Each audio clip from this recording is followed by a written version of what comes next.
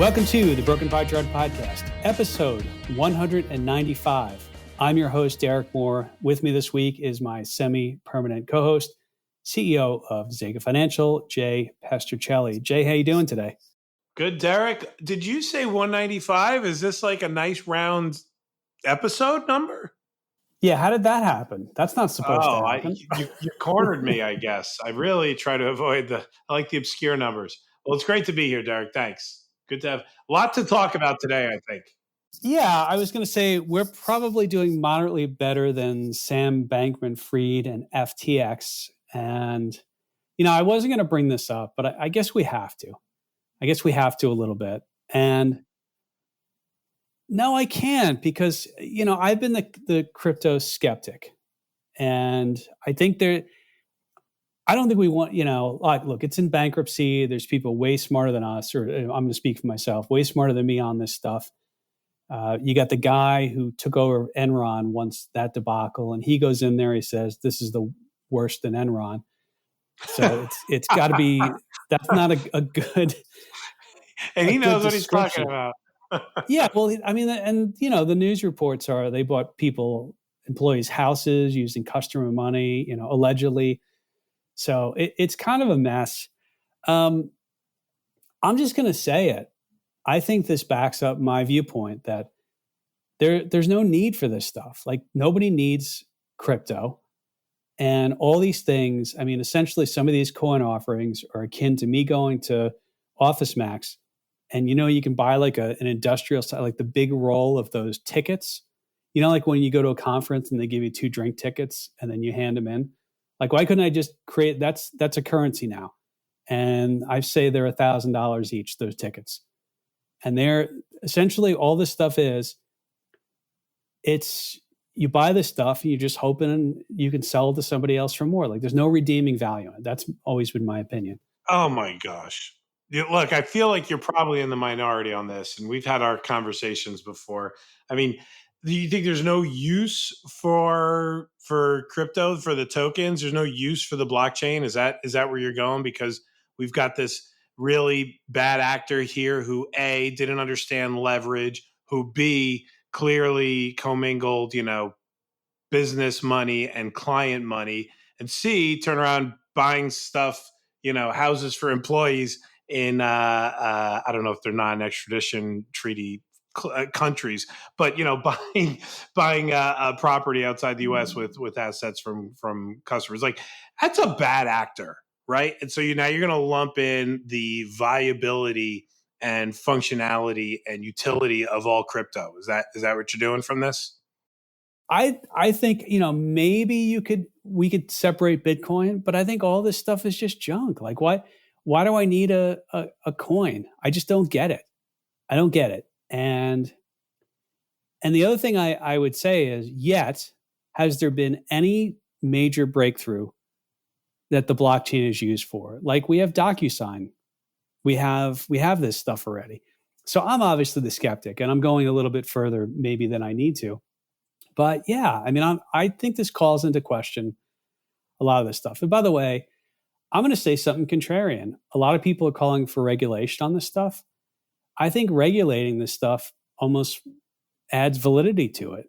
Like these aren't financial, like there's no redeeming value for these. So I don't know. Jay, I mean, do you have give your thoughts on this though? Why am I wrong? Look, I think what happened with that company was terrible, and a lot of mistakes there, and a lot of things that I won't go so far as to say fraudulent, but certainly suspect until we get the final version. I'm allegedly. Not the person doing it. I think you can say allegedly, right? Like Jim Rome used to say, allegedly. I don't know.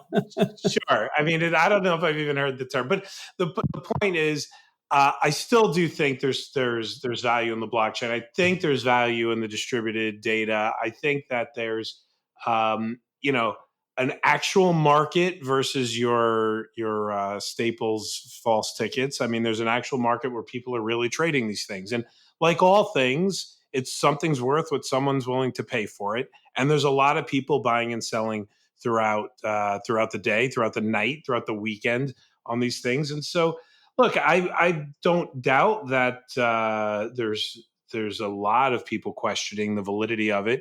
The El Salvador experiment seems to be going south, right? Do you remember what that was, right? Where they actually were trying to use crypto as a means of replacing their banking system. Okay, that doesn't seem to be going great right now.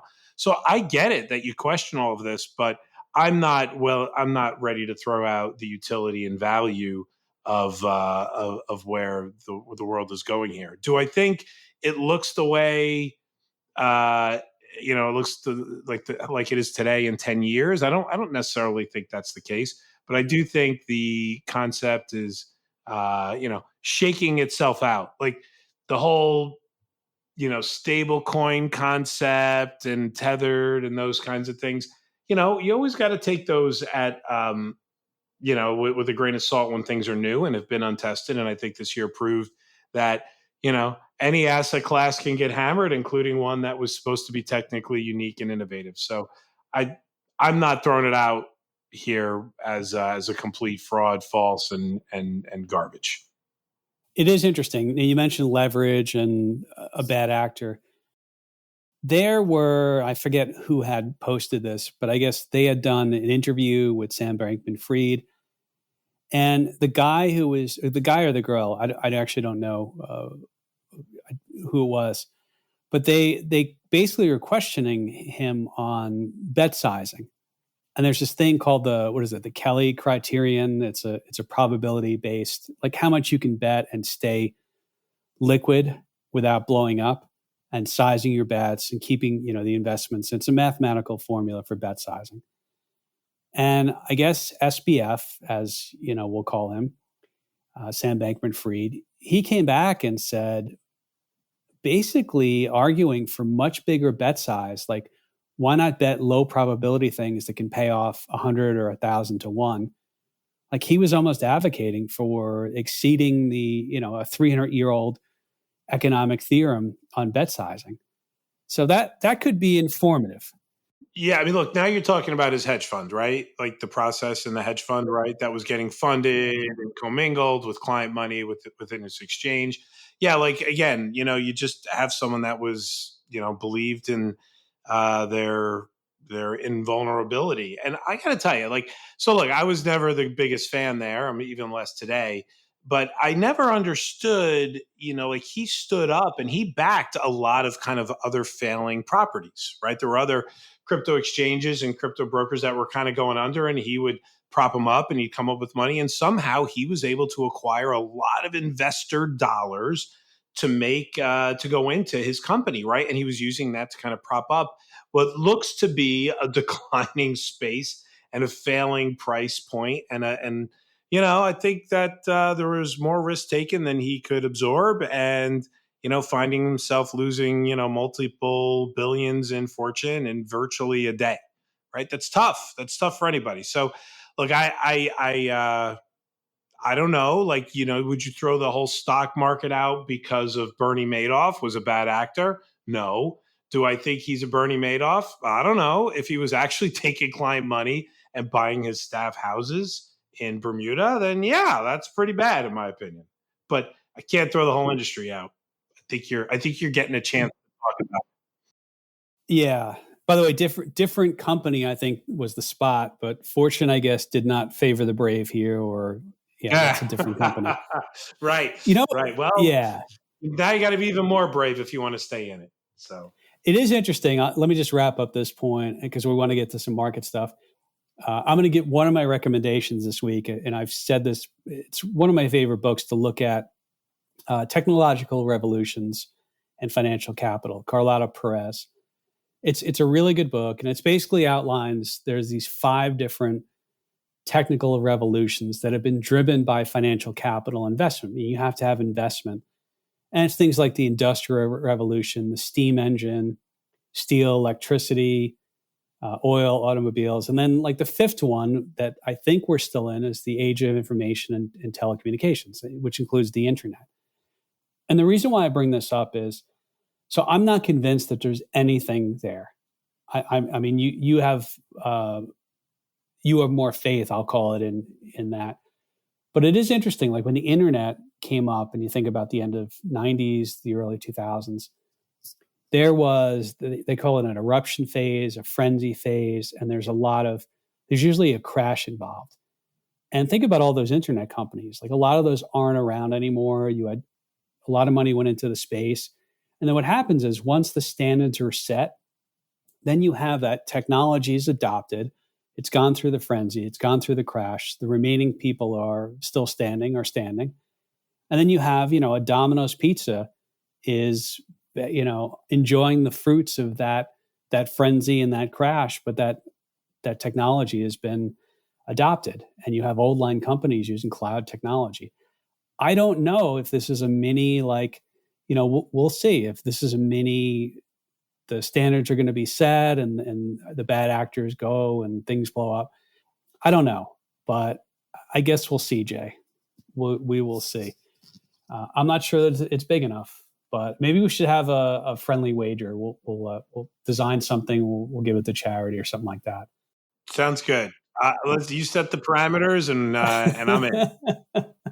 All right, let me transfer to somebody's right and somebody's wrong. I feel like this should be something that we bring up on the show. Oh yeah, I love this idea. Well, let me give you the parameters here. The latest estimate from the Atlanta GDP Now, which is a Nowcast, brings in every bit of information, and then they update it. They just update on the 17th, and their estimate for Q4 GDP growth is 4.2%. Of course, that is an annualized number, but it's the quarterly GDP. Jay, 4.2 is much higher than the blue chip consensus of, I'm going to round this out, of about 0.5%. Jay, somebody's right, somebody's wrong. Who's right and who's wrong here?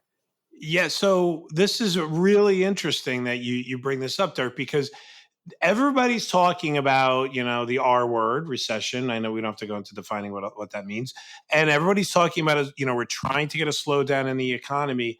But this GDP estimate coming from the Nowcast, which, by the way, has a lot in it, and we'll talk about it in a minute, is really diverging from what the blue chip consensus looks like. And so, it's I think, we've always looked at this number, Derek, with a grain of salt, but given credence to its directional bias, right? So it was trending lower, a year ago before anybody else. And even though GDP wasn't as bad as it was predicting, it did predict, a downtick when nobody accurately predicted a downtick when nobody else was. And now if this is, off by this much, like that much ahead of it and showing, a over 4% GDP number, like that's really, it's a little shocking to me, actually, that they're that far off. And maybe it would make sense to talk about, the components of what's driving that difference. Yeah, I mean, I think one of the main ones is consumer spending.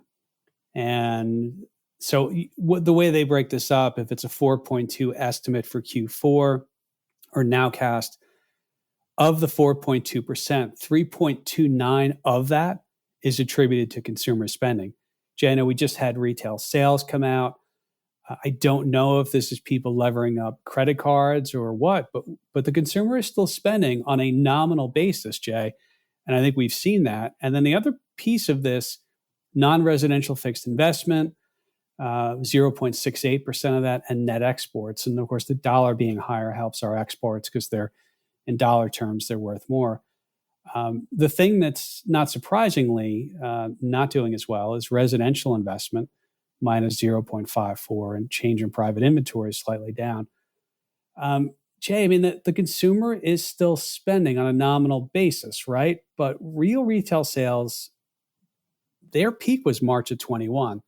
So I think this is where the nominal thing comes into play, right?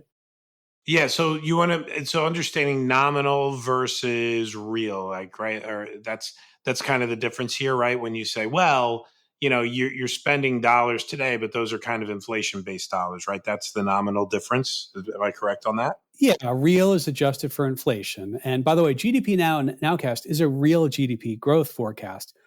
But I think, the consumer continues to be strong, which, by the way, does that mean the Fed is having no effect on the consumer? All right, let's set that off for a second. Well, yeah, no, so yeah, so you're right. So the thing that I would say about this, right, it's been the larger driver, right, consumer spending. No surprise about the residential investment, right, at this point being the thing that's ticking negative, right? Real estate, uh, even this residential piece is probably the first thing that gets impacted when the Fed makes a move, whether up or down. And they've been definitely impacting real estate, in my opinion, pretty hard. That doesn't seem to have filtered into the rest of the spending habits, though, for the U.S. consumer because it's still pretty strong. Yeah, and by the way, I mean real retail sales it is flat to slightly down since March of 21, and so this does. I know we talk about earnings too, and all right, just to close the loop on this, I tend to like the direction that the Atlanta GDP Fed now has given us, and so I'm inclined to say that that is correct. I don't know what the total, because remember it's Q4. We're in Q4, which means there's a lot of data left to go. But I'm inclined to go with this. Maybe people are overly bearish, Jay. So in the who's right, who's wrong, someone's right, someone's wrong. You say the Atlanta Fed is right with the higher than 4 versus kind of the Yes, broad blue chip consensus of being at the just under a half. that's right. I think you get a surprise tick up, but 4 seems really extreme to me. Can I be in the middle with the trend upwards? I guess we don't get a vote. So if I had to vote who's right, I would say the trend of the Fed is probably correct, but that seems way too extreme to me. I guess we'll see. Agreed. All right. So the other thing I want to talk about is we always bring it back to, everyone's trying to figure out whether or not there's going to be a recession. And you always say, and I'll paraphrase and you can correct me, like, who cares? Because it comes down to, for stock investors, are earnings growing or not? Are revenues growing or not? And what's going on with margins? That's really the most important thing. And I know looking at basically everyone's pretty much reported, Jay. I think there's 25 companies left in the S&P 500. 4.2% is the year-over-year growth for Q3 2022. Revenues up about 11.6%. Interestingly enough, if you take away energy, so X energy, earnings are down 3.6% year over year. Jay, I think we still want to look at earnings, though. And earnings, although they're down X energy, I think they're holding up pretty well. Wouldn't you agree? Yes. Yeah, I do. The X energy piece is interesting. And you'll have to remind me, is that significantly different than last quarter? That feels like in line with last time that we talked about the impact of earnings X energy, right? It's pretty similar. Yeah, no, that's right. I think earnings were flat last quarter. X energy, they were down. Yep. Yeah. So, you know me, right? Energy and interest rates are the things that I think drive. It's not energy, sorry. Earnings and interest rates are the thing that drive the market. I'm okay with earnings being concentrated in energy, right? What's next? You said industrials, real estate. I think that probably gets hit. Then you look at communication services and financials. I got to tell you, I'm surprised with financials. I really, really am surprised with financials. Not because I know they're doing less loans these days, right? Financials are down, what I think the chart says 16% in earnings. But, I don't know. Have you seen your savings rate and your checking rate go up to 4%, or 3% even, right? So the net interest margin, I think they're still not distributing that out to consumers. And that's the primary driver of a big driver of bank and financial income. So I'm surprised at financials, really, not communication services, right? You look at the Googles and the Metas of the world, Facebook, those guys are obviously dollars get cut first for marketing when people are scared. But, overall, yeah, I got to tell you, I don't think it's not a dismal picture from an earnings perspective. It's certainly not where we were last year. We're talking about projecting and growth, and everyone's talking about $240 per share on the S&P. That's not happening, but they're holding up. I think it's fine to say they're holding up. Positive earnings on the S&P is a good thing. What I don't know in financials is how much has their, the mortgage business, and not everyone has a big mortgage lending business, let's say, but I think that's hurt. I think the IPO market has dried up, and some of the investment bank, there may be some pockets in there that are down. And I also believe that they're not necessarily taking credit losses on the, or loan losses, but I think they have to hold back. And I'm getting a little technical here, but they say these loans are still good, but we have to set aside some provisional loan losses. It's sort of a balance sheet or it's dollars that they can invest with. But when you look at their revenue, Derek, right? I think their revenue is up 7.8%, but their earnings are down 16%. So it's I mean, is it a dollar story? Is it, they don't, how does inflation really impact, cost of goods at a financial services firm? It doesn't, right? It's not like they could say, oh, we're now going to charge higher rates for loans, right? Because of inflation, or, it's not like that. Right. So I just, it seems like a margin question versus a revenue question. I don't know. Well, for sure. I mean, normally when nominal, so not, as you said, we don't adjust earnings and revenues for inflation. That's not real earnings or real inflation. I'm sure somebody does that, but they'd be doing it, they don't do it all the time if they do. So to me, when you have inflation, nominal revenue should be up. Your nominal earnings should be up, excluding the dollar going up as well. And I think that's been a headwind where revenues are actually suppressed a little bit, especially for the big multinational tech companies like Microsoft. I think in their earnings report, Q1. So I know it's weird because we just reported Q3, but their Q3 is Q1 of 23. You can start your fiscal year anytime you want.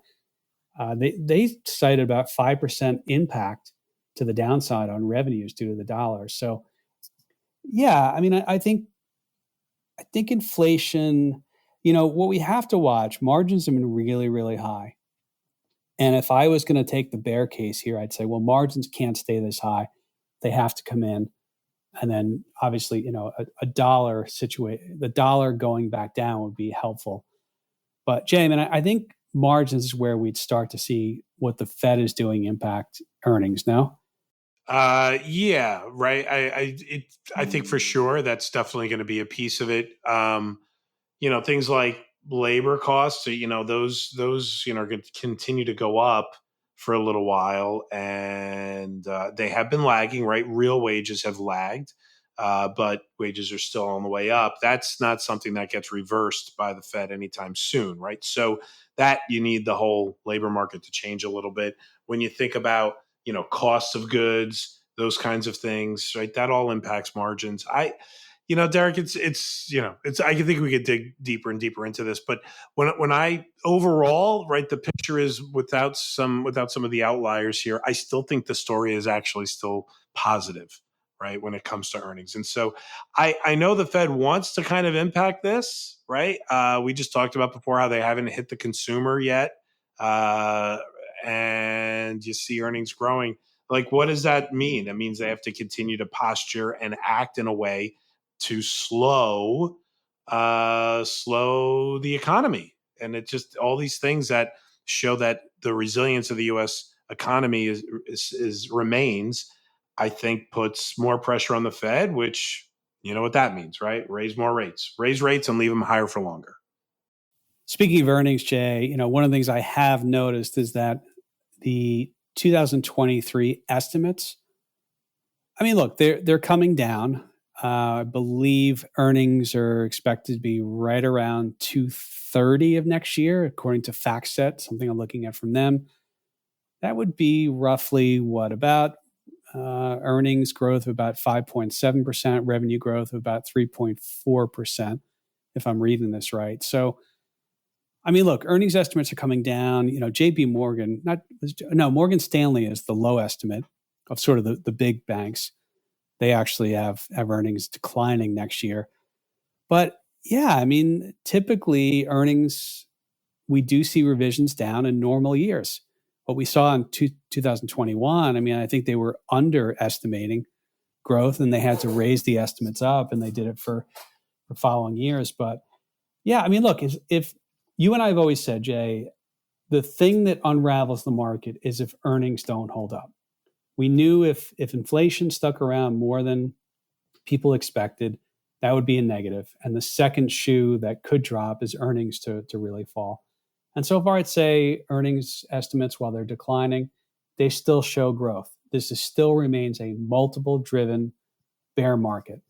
And I got to be honest with you, I haven't done the research of this, Jay, but how many bear markets don't have a decline in earnings? That would be an interesting question for us to bring up. It really would be, right? Earnings were up, but still multiple contracted.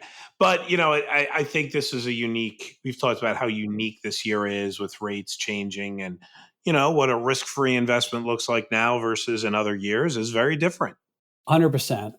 Which brings us back to really something we've been watching as well, is the inversion of 2s and 10s, 3 months. So Ken Harvey was the guy who wrote the initial paper, and he used what, the 3-month Treasury against the 10-year? 10-year, 3-month. Yeah, 10-year minus 3-month. Yep. Yep. And that one has inverted. You've been looking at this as well. I think everything's inverted, but the degree of inversion's getting a little bit large, right? Yeah, this one, everyone talks about 2s and 10s. I think that is the one that kind of shows some more false positives than others. But when you look at the degree that we're inverting here, when you do the 10-year rate minus the 3-month rate, I mean, we're at 0.5%. We're getting close to 0.5%. And, that usually precedes, and that to that degree, I shouldn't say usually, when I'm looking at the last 4 recessions, that inversion preceded all of them. And, by the way, including COVID, right? Which was odd, was that coincidental or not? Hard to know that one. But, it's one of those things that this is, if you're going to look at an inversion of the yield curve where people are preferring to take longer term safety, I guess you got 2 factors on this, right? Is it because the 3-month is going up or the 10-year is going down? It's a factor of both. But this metric that we are inverted has definitely preceded the last 1, 2, 3, 4, or 5 recessions, right? So, nothing's 100%, of course, but this one's done a pretty good job of predicting the recession. But again, I go back to the "who cares what a recession is" comment. But it kind of flies in the face of the Fed GDP, the Atlanta Fed GDP number, where they're talking about GDP growth. Meanwhile, the bonds are showing a lot of fear.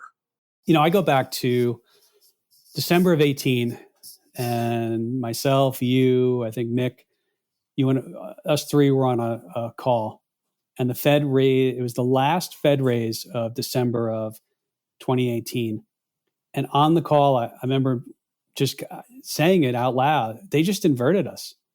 I don't know if you remember that, but I mean, the Fed literally inverted. And I know, I mean, look, we had the inverted curve. We did have a recession. Some people say, but that was because of COVID. It's not, we wouldn't have had a recession.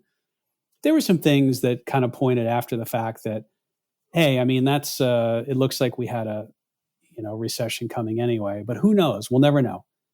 Now that one inverted. I don't know if that one inverted the 10s and 3-month. I think that was the 2 and 10 that ended up inverting there. I could be mistaken about that one. And it was early.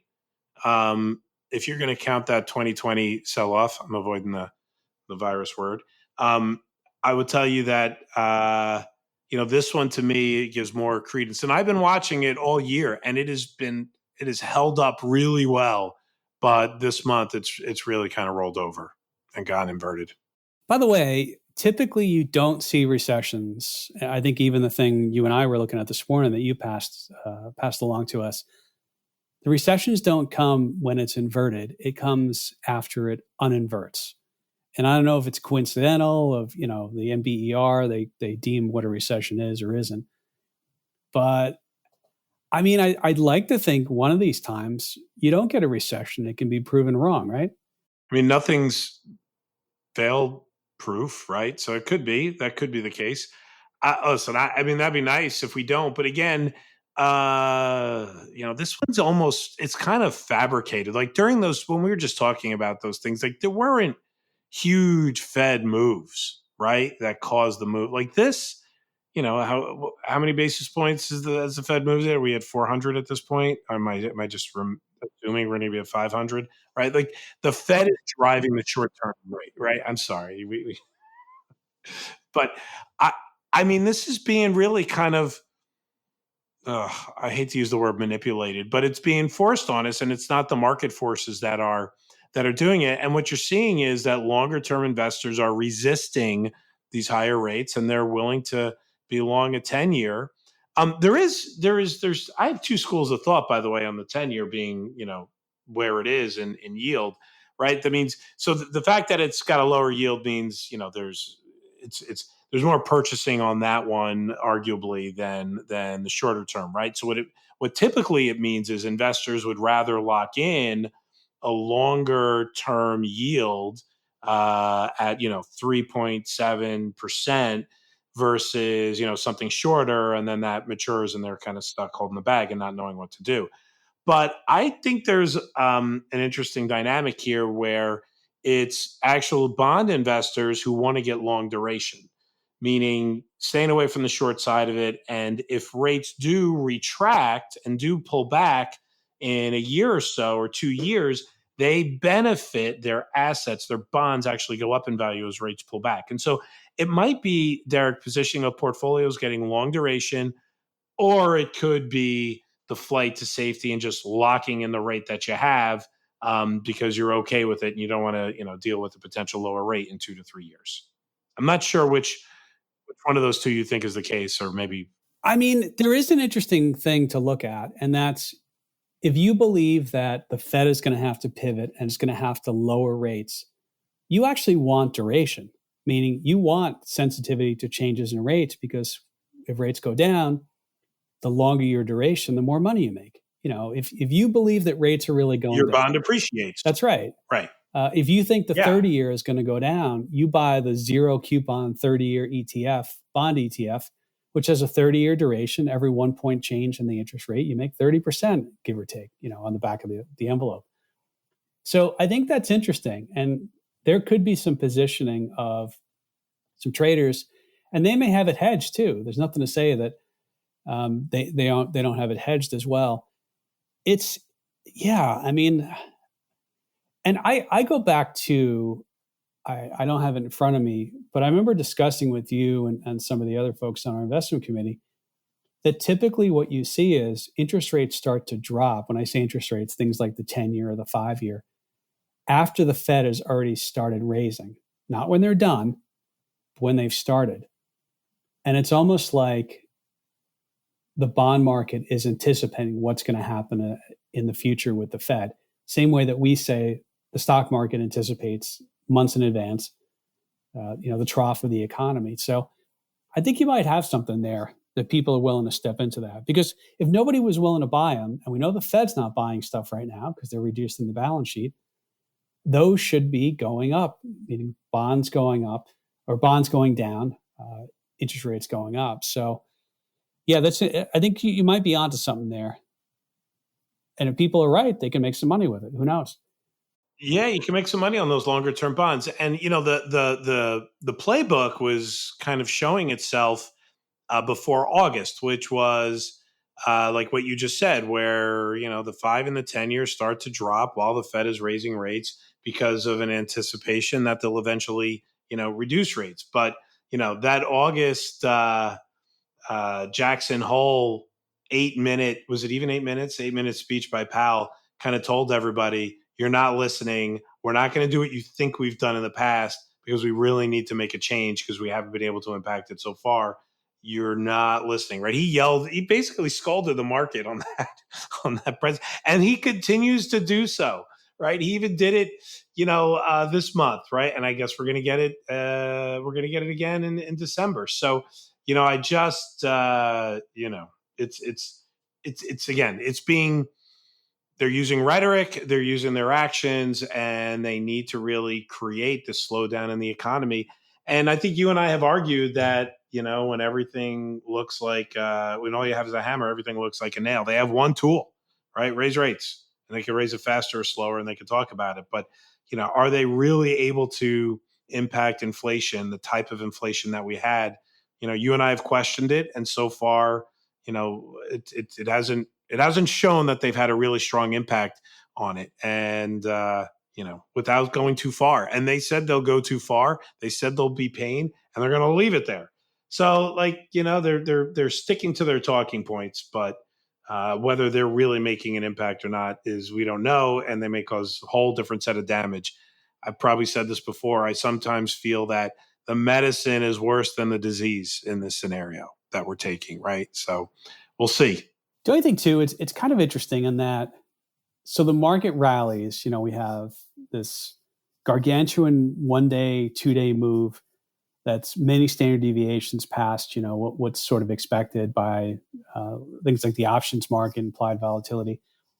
And the market does that on a 0.4% month over month increase in inflation.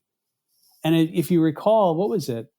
A few months earlier, the market was expecting, negative 0.10, and they got 0 or something slightly positive, and the market fell. Like, inflation still went up. So why did the market rally? Sometimes it just doesn't make sense how the market reacts. And then, of course, as you said, the Fed governors have been quick to come on and say, "Oh, no, we're not done." Data dependent, they changed some things. But it is interesting sometimes in the short run how the market reacts. And I think, though, we started to see good news be good news again. And I thought that was an interesting turning point. I don't know if it's the quote unquote green shoot for the markets, but not all good news has been met as bad news, right? I think we had some other good news this past week too, and the market didn't do well with it, right? What was the news on Thursday? Oh, the employment? That was retail sales. Yeah, the unemployment was good, right? Lower claims. The market didn't like it. So it's nice when good news is good news, right? Right now, I still think it's mostly good news is bad news for the market. But we shall see. It's nice when everything's kind of in line, like, oh, that's good. So the market goes up. No, we're not in that mode yet by any means. But it's, you asked why the big move. It was, the rhetoric was, oh, it's topped out. Yeah, we know we still have an increase, but it's increasing less. And the market's always going to jump on that early, right? You have the early adopters that are going to try to time the bottom on this. And, it was a big day. That day was also kind of a squeeze day, right? A little short squeeze going on there at the end of the day as well. So, look, hard to kind of, round that out, but we're still in this volatile period, Derek, and we are very data driven. But like when you look at the things that really move the market on the big days, whether it's CPI or it's unemployment or it's a Fed day, these are real fundamental, what I'll call data points, right? These are kind of economic broad-based data points that are causing near-term movements in the market. And so, until that stops, I'm not sure we could start to get, the true rebound. And if every one of these rallies are really the 15% bear market rally, this could go on for a little longer until the Fed, talks about easing up. And at that point, I think then you see a significant change. All right, Jay. Well, I think we've covered the downfall of crypto. You can send me emails and tell me how much you disagree with me. Derek.moore@zegafinancial.com. That's DEREK.M. I just sent you one. Oh, yeah. I know. I didn't even get the email. MORE@ZEGA. Z as in zebra, E as in Eddie, G as in George, A as in Apple. Financials up to you to spell correctly.com. Yeah, go ahead and send me the emails. And, I've always made the parallel, Jay, that crypto reminds me of the baseball card bubble in late 80s, early 90s. And, all these things, you say they're worth something, but they're only worth what you can sell. And you can sell them if somebody's willing to pay more. Like, there's no cash flows that come in. Sure. So, all right. Yeah. We're going to go to recommendations. And I said one of mine already, Carlotta Perez's Technological Revolutions in Financial Capital. That is an interesting read.